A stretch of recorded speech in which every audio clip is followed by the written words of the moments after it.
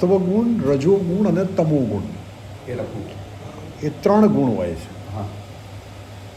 હવે એ 3 ગુણોની અંદર કમાલ શું છે કે સત્વગુણ દેવોમાં છે, રજોગુણ છે એ રજોગુણ મનુષ્યમાં છે, પણ મનુષ્યમાં સત્વગુણે આવી શકે ને તમોગુણે આવી શકે, મિક્સચર આવી શકે. જ્યારે અસુરો છે એની અંદર તમોગુણ છે. એટલે માણસ પાસે 3 ઓપ્શન આવી જાય છે, પણ રજોગુણ વધારે છે. હવે સારી કમાલની વસ્તુ શું થાય છે કે દેવતાઓ સત્વગુણી છે એટલે કામ જોડે કામ જ છે. સત્વગુણનું કામ પેલા સૂર્યનારાયણને મળવા ગયા ઋષિ, એટલે સૂર્ય કહે કે મારું કામ તો કિરણ ફેંકવાનું છે ભાઈ. અલા પણ પેલા એ બારી બંધ રાખી છે. સૂર્ય કે મારે એ નહીં જોવાનું, મારે કિરણ ફેંકવાના એ ફેંકવાના. બરાબર. પેલા વિટામિન ડી લેવું હોય કે ના લેવું હોય. ઓકે.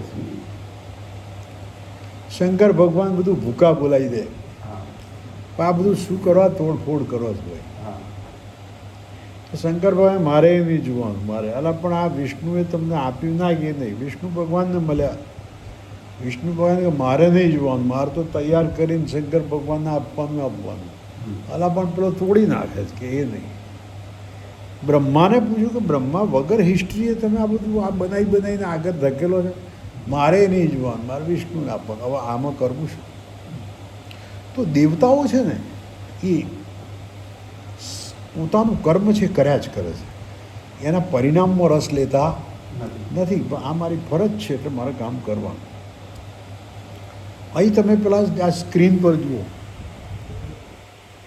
સ્ક્રીન પર મેં તમને દેવતાઓ બતાવ્યા, જો અહીંયા આગળ ફોટાની અંદર આવશે, જોયા? હા.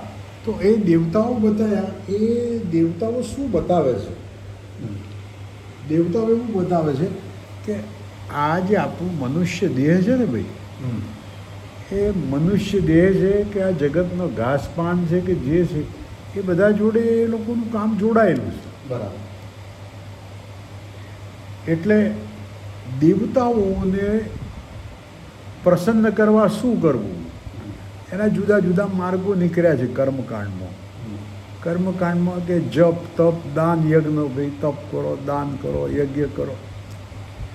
આ બધામાં એક વસ્તુ તો પેપર ફૂટી ગઈ છે. એ કયું છે કે અગ્નિ દેવતાઓનું મુખ છે. બરાબર.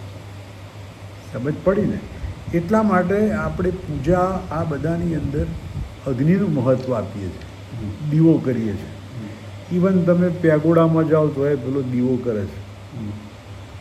ઘણા મુસલમાનો અગરબત્તી કરતા હોય છે, ખ્યાલ આવ્યો? બુદ્ધ ભગવાનનો પણ દીવો હોય છે, આપણે દીવા કરીએ છીએ, ખ્યાલ આવ્યો? ઈસુ ખ્રિસ્તમાં મીણબત્તી કરે છે. એટલે આ બધા ધર્મો, મૂળ તો સનાતન ધર્મ છે, તે પછીના એ ધર્મોમાં અગ્નિનું પ્રાધાન્ય રહ્યું છે. બરાબર. અને યજ્ઞ યાગાદિનું મહત્ત્વ છે. તો એક વસ્તુ બહુ યાદ રાખવી, તે દેવાહા ભાવયંતુ વહ, એ દેવો આપણું કલ્યાણ